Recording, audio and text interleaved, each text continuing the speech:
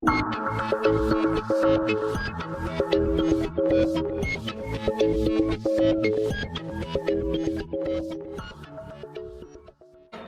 बिल्कुल। उत्थान किसी के नेतृत्व में होगा। उत्थान किसी के नेतृत्व में होगा। पर वो नेतृत्व तो ये है कि नेतृत्व किस वैल्यू सिस्टम, क्या वो वैल्यू सिस्टम हमारे लीडर चाहिए, लीडर चाहिए, लीडर हो चाहिए पर वो हमारी वैल्यू सिस्टम से निकले, हमारे नॉर्म से निकले, हमारे वैल्यूज से निकले। आपकी वही पेट्रियार्कल आइडियाज पर रिइंफोर्स ना करें। आपके डीओ ने कहा था कि निर्भरता खत्म करनी होगी दलितों की। आप तो फिर किस लीडर पे आश्रित हैं? हम क्या कह रहे हैं? हम ये कह रहे हैं निर्भरता ब्राह्मणवादी संरचना से खत्म करनी होगी, ये हमने। अच्छा ठीक है, आप इसके ऊपर जाएंगे, क्या गारंटी वो आपको धोखा नहीं दे सकता है जिसकी निर्भरता आप स्वीकार करेंगे?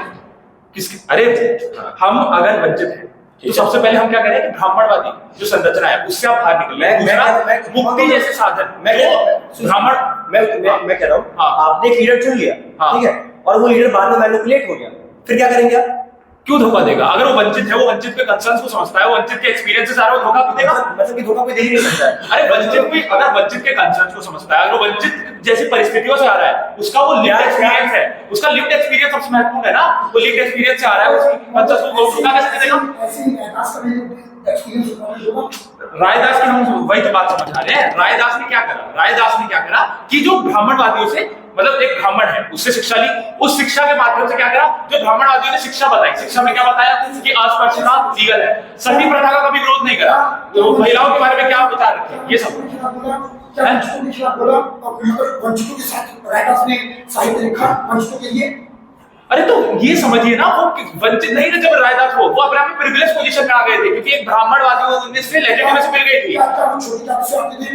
अरे तो जब उसने ब्राह्मणों ने शिक्षा दे दी, ब्राह्मणों ने उसे लेजिटिमेसी दे दी, तो वो वंचित ही नहीं रहा इस समय।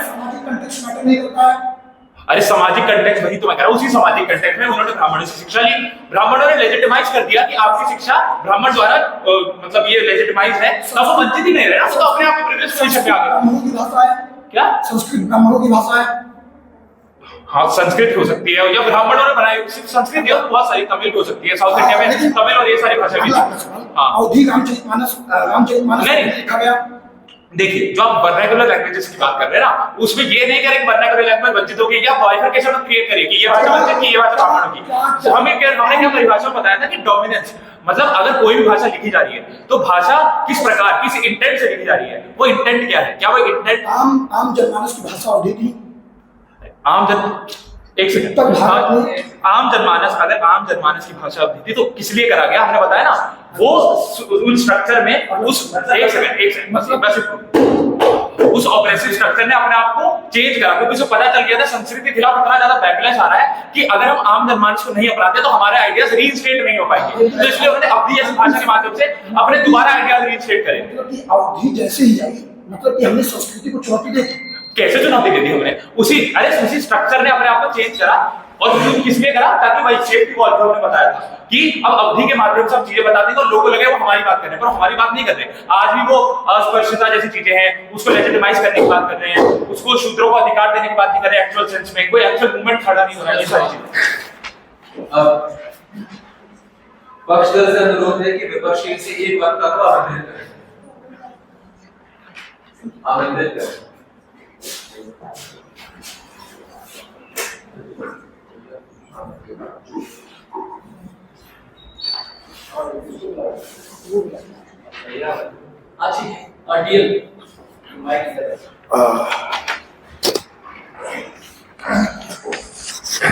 उपस्थित है नाम का 3, 2, 1। क्या कबीरदास ने रामानंद जी से शिक्षा ली थी? जी थी। रामानंद जी से ब्राह्मणवादी संरचना थी? नहीं, रामानंद जी जब शिक्षा लेके आगे बढ़ चुके थे तो ब्राह्मणवादी संरचना में होते तो किसी निचले जाति के आदमी को शिक्षा देते। रामानंद जी को अच्छा क्या लिखा ब्राह्मणवादी ने? हाँ जी, कबीरदास ने बिल्कुल नारी की छाई फड़क करना हो जब नहीं, वो ऐसा कहना चाहते थे कि नारी जैसे इसमें भुजंग अंधा हो जाएगा, वैसे ही अगर नारी ने समस्या, तुम नारी को समस्या दोगे तो वहां पे भी दिक्कत आएगी। मैं जस्टिफाई ये कर रहा हूँ, उसका इंटरप्रिटेशन अलग करके एक चीज जो आप कहना चाहते हो वो नहीं। बी कबीरदास जी ने खुद कुछ नहीं लिखा, उनके शिष्यों ने लिखा, हो सकता है ये एडेड हो। उनके शिष्यों ने लिखा तो उसका मतलब अपने गुरु को लेजिटिमेसी दे रहे हैं। ऐसा हर बार नहीं होता है, ढेर सारे सुनिए सुनिए, दरअसल में ढेर सारे ऐसे फिलोसफर्स दार्शनिक आए हैं जो अपने गुरु की बात को काटते हैं, अपने गुरु के खिलाफ जाते हैं। जी सब कुछ ईश्वर का जाति व्यवस्था की विरोधी श्योरिटी नहीं हो सकती। सुनिए, जाति व्यवस्था के विरोध के बारे में उन्होंने नहीं लिखा, रस खान ने भी लिखा, रैदास ने भी लिखा, तुलसीदास ने भी लिखा। जो आप सुन लीजिए, जो आप अनटचेबिलिटी की बात करके जा रहे हैं, ऐसा कोई लेखक नहीं है जो अनटचेबिलिटी के बारे में लिखता है। उनके आइडियाज पैट्रियार्कल क्यों एंटी कास्ट थे ना? जी इसका मतलब उन्होंने आपने पढ़े तो उन्होंने एंटी कास्टिज्म के आइडियाज लिखे। देखिए, अगर सुन लीजिए, अगर इस पैराडाइम को मान लेते हैं, दूसरा तीसरा सुन लीजिए, एंटी कास्टिज्म के विरुद्ध विचार रखे। एक बात को अगर मैं मान लूं कि कबीरदास जी के सारे विचार गलत भी हैं, तो जो और कवि हैं, जो और लोग हैं, उन्होंने भी एंटी कास्टिस्ट बात की। हाँ, उनके गोल में वेरिएशन था नहीं, उनके गोल में वेरिएशन नहीं था, सामंजस्य लाना था, इनको को एक करना था। मैं कह रहा हूं तुलसीदास जी ने इन्हें पैट्रियार्की को रिइंफोर्स किया, नहीं किया, शंभुक वर्णन को हटा दिया तुलसीदास जी ने। अच्छा, तो ढोल एक बात बताइए, ढोल नवाज शरीफ पर्सनालिटी से काटा गया है, कुछ नहीं था। आपने सुन लीजिए, आपने इसका गलत इंटरप्रिटेशन किया है। इसका गलत इंटरप्रिटेशन मतलब आप सारे इंटरप्रिटेशंस को सही कर रहे हैं। सुन लीजिए, बिल्कुल कहूंगा। आप सुन लीजिए, उत्तर आप एक दो चीज लेके आ रहे हैं, केवल एक दो दोहा लेके आ रहे हैं। आप सुनिए, आप 20 दोहा सदन में प्रस्तुत करिए, मैं इंटरप्रिटेशन नहीं करूंगा। सुन लीजिए,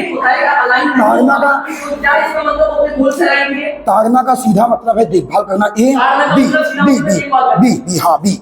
आप एक साहित्यकार, जो बड़ा साहित्यकार होता है, उसकी चीजों का बहुत मतलब होता है। आप सुनिए, आप दो ब्राह्मण वंश से आते थे, ब्राह्मणवादी नहीं थे, सामंजस्य की बात करते थे। जब वो मंदिर में अपने वक्तव्य, अपनी बातें बताते थे, रामायण पढ़ते थे, तो सबको अनुमति थी आने की। अगर इनके अनुसार सारे कवि ब्राह्मणवादी नहीं थे, सब कुछ नहीं थे, मुझे इससे बताइए सोशियो इकोनॉमिक पॉलिटिकल रिफॉर्म्स कहां से?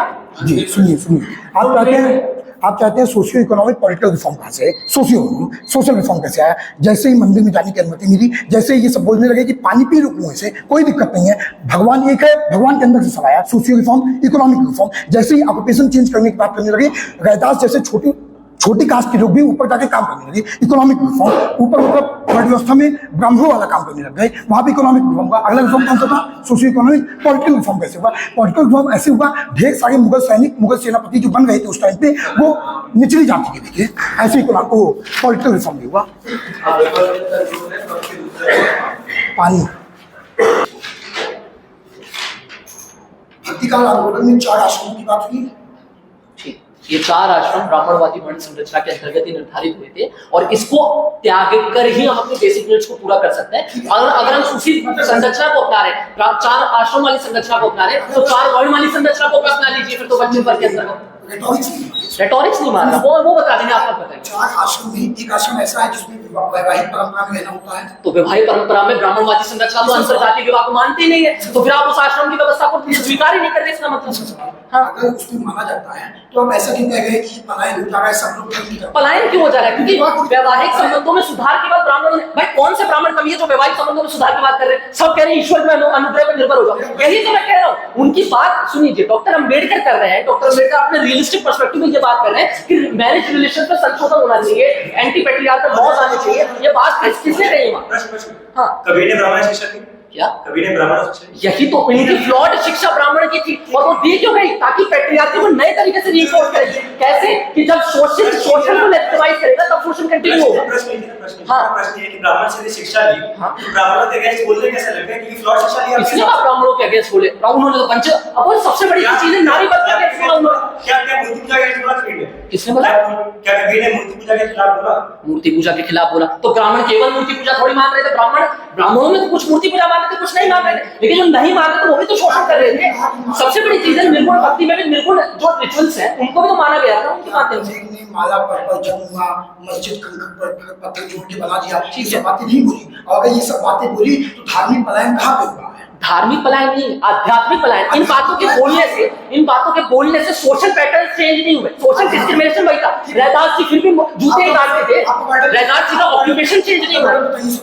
क्या वो आपको भी बताना है मुझे? मैं बस पूछूं। अच्छा, बर्डन ये हमारा बर्डन ये है कि अगर रेटोरिक्स जो आप बोल रहे हैं कि कभी रेटोरिक्स दे रहे हैं, रेटोरिक्स से चेंज नहीं आते, रेटोरिक्स से सोशल पैटर्न में इनहेरेंटली क्या चेंज आया, सिस्टमैटिक इंप्रेशन कहां वो पड़े। मतलब कि जो भी इंसान अन्याय के खिलाफ आवाज उठाता है, यदि वो सफल ना होगा तो उसको भी आवाज अन्याय के खिलाफ आवाज उठा रहा है, दूसरी तरफ अन्याय को रीइंफोर्स भी कर रहा है। ये गोल का जो वेरिएशन है, ये जो आपका गोल क्लियर ही नहीं, ये जो अनक्लियरिटी है, यही दर्शाती है आप स्वयं उसको रीइंफोर्स कर रहे हैं। कबीर ने एक्सप्लिसिटली जाति और मंदिरों के अगेंस्ट बोला, क्या कभी उन्होंने उसका समर्थन किया? कभी भी सुनिए, कबीर मंदिरों के खिलाफ बोल रहे थे, अगर वो केवल मंदिरों के खिलाफ बोलते या केवल उस वर्ण संप्रदाय के खिलाफ बोलते, मैं कबीर का समर्थन करता। लेकिन उनके बोलने के साथ साथ वो ये कह रहे हैं कि नारी की छाई बड़ा कंधा और भुजंग, वो उसके ब्राह्मण व्यक्ति से शिक्षा प्राप्त करे, फिर पैट्रियार्की इम्पोर्ट करे। ये जो गोल का वेरिएशन था, यही अपने आप को दर्शाता है कि उनका आइडिया कितना इररिलेवेंट था। ये ब्राह्मणवादी शिक्षा को दर्शाता है कि ब्राह्मणवादी शिक्षा संरचना कैसी थी कि कबीरदास जी एक तरफ तो सुधार की बात करें, दूसरी तरफ उन्हीं विचारों को जो कस्टमेटिक मोरालिटी उन्हीं को रिपोर्ट करने की बात करें।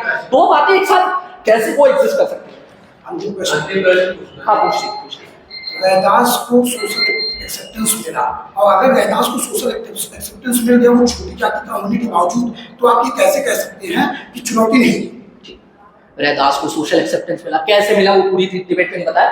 रैदास को अगर एक्सेप्टेंस दे रहे हैं तो क्यों दे रहे हैं? एज अ टूल यूज करने के लिए। भाई रैदास को हम शिक्षा देंगे, उनका प्रभुत्व बढ़ाएंगे, उनके माध्यम से अपनी शिक्षा उन्हें ही दे रहे हैं। ब्राह्मण अब ये सब मान रहे हैं कि सारे लोगों को शिक्षा तो ब्राह्मण ही दे रहे हैं, खुद ही अपने वर्णन में इनहेरेंटली मानते हैं कि ब्राह्मणवादी वर्ण संरचना में शिक्षा दी जा रही है। तो इसका मतलब आप जब उन्हीं से शिक्षा प्राप्त करेंगे तो उन्हीं के विरुद्ध विरोध क्यों करेंगे, और वो आपको ऐसी शिक्षा क्यों देंगे जिससे कि उनकी सत्ता खंडित हो। वो आपको सेफ्टी वॉल के लायक शिक्षा दे सकते हैं कि आप सेफ्टी वॉल में कुछ चीजें वो छोड़ सकते हैं ताकि आगे लॉन्ग टर्म में उनका ऑपरेशन सस्टेन करें। उस चीज की बात तो हमने भी अपने वर्णन में की है। अब विपक्ष के दूसरे मतलब क्या भक्ति आंदोलन में कुरीतियों को रीइंफोर्स नहीं किया गया? नहीं। ठीक है, इसका मतलब कुरीतियों को समाप्त किया गया, उनके खिलाफ आवाज उठाएंगे, उनके खिलाफ एक प्रॉपर स्टांस लिया गया कि ये गलत है। अगर वो स्टांस पे, अगर वो स्टांस एक स्वर में था, एक स्वर में था, एक स्वर मतलब क्या? मतलब अगर आपने स्टांस लिया कि पैट्रियार्की का विरोध करेंगे तो आप पैट्रियार्की का विरोध करेंगे। हाँ भाई, मेजॉरिटी लोग कह रहे थे। तो अगर आप उस स्थिति में कहीं ना कहीं पैट्रियार्की को रीइंफोर्स करते हैं, इसका मतलब वो स्टांस फ्लॉड है। पॉइंट ये है कि जो भक्तियां के मेन लीडर्स थे और जो भक्तियां मेन आइडियोलॉजी थी, वो मेन लीडर्स थे, भक्ति आंदोलन के मेन लीडर्स कौन थे? जो भी संतों की हम लोग बात कर क्या रहे हैं, उन्होंने ब्राह्मणों से, क्या मेन लीडर से ब्राह्मणों से शिक्षा प्राप्त की? ब्राह्मणों ने शिक्षा ली, इंटरप्रिटेशन अपने हिसाब से किया और सही इंटरप्रिटेशन निकाल के किया, और उसमें इतने सशक्त हो गए कि शास्त्र खुद भी पढ़ के उसका इंटरप्रिटेशन निकाल सकते थे। तो शास्त्र पढ़ने के गलत सीख लिया कबीरदास जी को रामानंद जी ने पढ़ाया था, कभी, ठीक है, रैदास जी के भी गुरुजी रामानंद जी थे, ठीक है, मीराबाई के गुरुजी रैदास जी थे।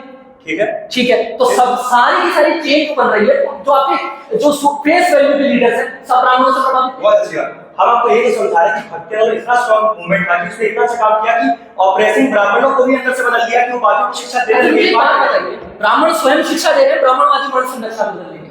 बिल्कुल दे सकते हैं, बिल्कुल दे सकते हैं, और दे रहे बिल्कुल हैं। दे सकते हैं, उससे उनकी संरचना मतलब बदलनी चाहिए। हाँ, तो उनके आइडियाज के अलावा आइडियाज आने चाहिए उनके शिष्यों में। उनके बिल्कुल है, वो बोलते थे मंदिरों के लिए बोल रहे थे बहुत लोग। मंदिर तो मंदिर के कैसे कर्म करते मंदिर से जाने के बाद ब्राह्मणवादी वर्ण संरचना करती है, रिचुअल्स के नाम पर, बिलीफ के नाम पर ब्राह्मणों को भेंट चढ़ाई जाती है मंदिर में जाकर। ठीक है, उनके शिष्यों ने मंदिरों की बात नहीं की, मंदिर करनी चाहिए फिर मंदिरों की बात। मंदिरों को उन्होंने निंदा की उस चीज की। उन्होंने उस चीज की निंदा की, आपके नेता ने मंदिरों में जाने का समर्थन किया।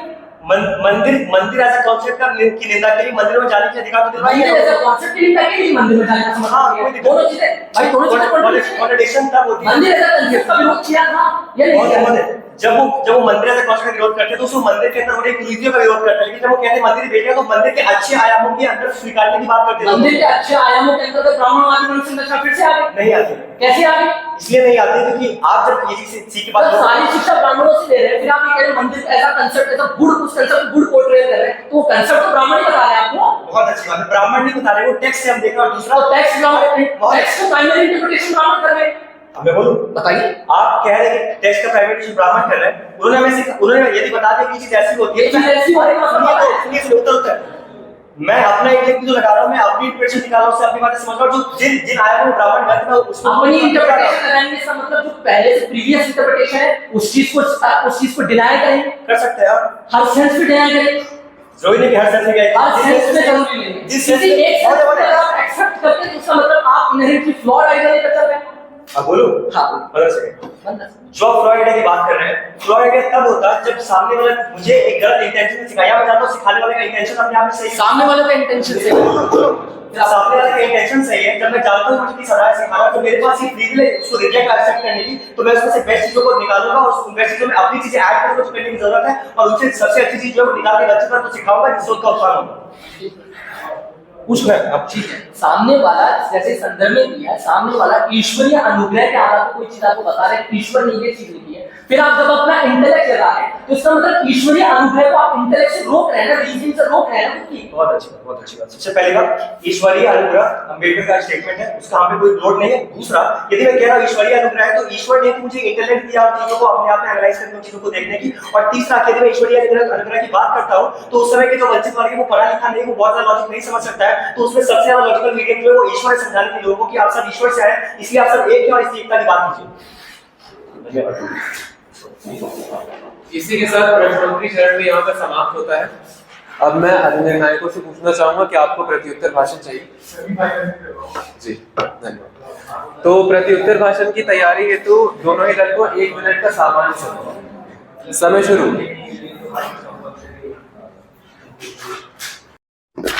सदन का मत है कि भक्ति आंदोलन सामाजिक पदानुक्रम को चुनौती देने की बजाय एक आध्यात्मिक पलायन है। मेरा प्रतिपक्ष ने कब बताया आध्यात्मिक पलायन है? आध्यात्मिक पलायन की आपने कौन सी बात की? आपने एक आर्गुमेंट उसके लिए बताया, इन्होंने पूरी डिबेट मेरे अंदर आके की है जो मेरा रिबट करने के लिए, मुझे रिबट करने के लिए। अगला सवाल मेरा, चुनौती के लिए बोल जाते हैं या हम बताते ही नहीं जाते हैं? अगर हम चुनौती नहीं बताते जाते तो मेरे नेता चुनौती के बारे में परिभाषा देते हो क्या था, और अंत में जो मैं सब्सटेंशिएट करता हूँ उसको फिर से बताता हूँ वो क्या था। आगे बढ़ते हुए महोदय, आप कह रहे हैं कि ठीक है, इसके बाद शिक्षा की बात की जाती है, शिक्षा ब्राह्मण ने दिया, शिक्षा दिया कि नहीं? जब ब्राह्मण ने शिक्षा दे दिया तो मूल में बदलाव आया कि नहीं, ये हमें बात होनी चाहिए। तो ब्राह्मण तो अपने मूल से ही घटक गया, तो यहाँ से ये बात जो है हमारी तरफ जाती है। औद्योगिक और संस्कृति का जो सवाल पूछा जाता है इसमें भी हमारी तरफ आता है। वंचितों का लीडर होना चाहिए, इसमें भी डिबेट हमारी तरफ ही आगे बोल जाते हैं। उसके बाद कहते हैं कि रैदास को टूल की तरह इस्तेमाल किया, इसके पीछे कोई सब्सटेंशिएशन नहीं।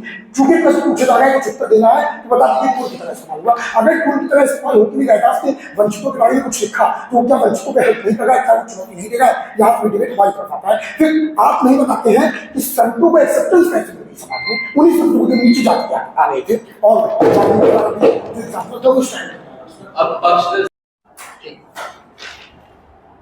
3, 2, 1 सदन की गरिमा को गिराते हुए सबसे पहले प्रतिपक्ष ने चुनौती के पैराडाइम में प्रभावी होने की बात नहीं की, पर चुनौती में सिर्फ इतना था कि 1% चुनौती, लेकिन वो ये भी मानकर जा रहे हैं कि सोशल इकोनॉमिक पॉलिटिकल सिस्टम में चेंज चाहिए। तो पूरे पैराडाइम में 1% अगर चेंज आ गया, ये 1% किसी भी सरकार कभी ने कुछ कह दिया तो सोशल इकोनॉमिक पॉलिटिकल सिस्टम कैसे चेंज होगा? और मास एक्सेप्टेंस मिल रही है, कहां मिल रही है, कैसे मिल रही है और क्यों मिल पाई है, उस चीज का बता के नहीं जाते। पूरे पैराडाइम में ये बात कर चल रहे हैं कि शिक्षा संरचना भक्ति आंदोलन में बन गई, लेकिन वो भी ब्राह्मणवादी एक्सेप्टेंस है, तो भी ब्राह्मणवादी कंट्रोल मैकेनिज्म अभी भी एग्जिस्ट करता है। सारे संत को भी ब्राह्मणों से शिक्षा लेकर चल रहे हैं और इन्होंने संत कवि में केवल रिफॉर्मिस्ट को काम माना था। हम कह रहे हैं रिफॉर्मिस्ट कर रहे हैं, अगर एक रिफॉर्म आया लेकिन उसके साथ साथ अगर एक अल्टरनेटिव कॉन्ट्राडिक्टरी आइडिया अगर वो संत कवि लेकर चल रहा है तो उसका मतलब उसका गोल खुद ही क्लियर नहीं है, और जिसका गोल खुद ही क्लियर नहीं है, जो अपने आइडियाज को लेकर खुद ही क्लैरिटी नहीं रखता, वो हमारे मूवमेंट को कैसे आ पाया, कैसे चला पाया, उस चीज को नहीं बता के जाते। दूसरी चीज, ब्राह्मणों का इंटेंट सही है, कैसे सही? अगर इंटेंट सही है तो शोषण कौन कर रहा है, ये बता के जाइए। और दूसरी चीज हमने बताया कि अगर रैदास को अपना एक लेजिटिमाइजिंग टूल बना रहे, क्यों? क्योंकि वो ये चाहते हैं कि शोषित जब शोषण के किसी एस्पेक्ट को एक्सेप्टेंस दे दे, लेजिटिमाइज कर दे, तो वो ताकि वो शोषण आगे कंटिन्यू रह सके। दूसरी चीज, और हमने भी आध्यात्मिक पलायन की भाषा के अंतर्गत हमने बताया कि आध्यात्मिक बिलीफ जो स्पिरिचुअल बिलीफ है, अगर उनमें जाते हुए प्रैक्टिकल लाइफ सिचुएशन को लगा देते हैं, बेसिक नीड्स के पैराडाइम को लगा देते हैं, वो पूरी नहीं हो जाने के बाद वो पूरी नहीं हुई सेल्फ एक्चुअलाइजेशन कैसे हो जाएगा, कैसे मुक्ति मिल जाएगी, मुक्ति का कौन सा पैराडाइम हो जाएगा, मंदिर में जाने से कैसे मुक्ति मिल जाएगी, चीज को नहीं बता के जाते हैं। दूसरी चीज, पहले रिफॉर्म की बात करते हैं, बाद में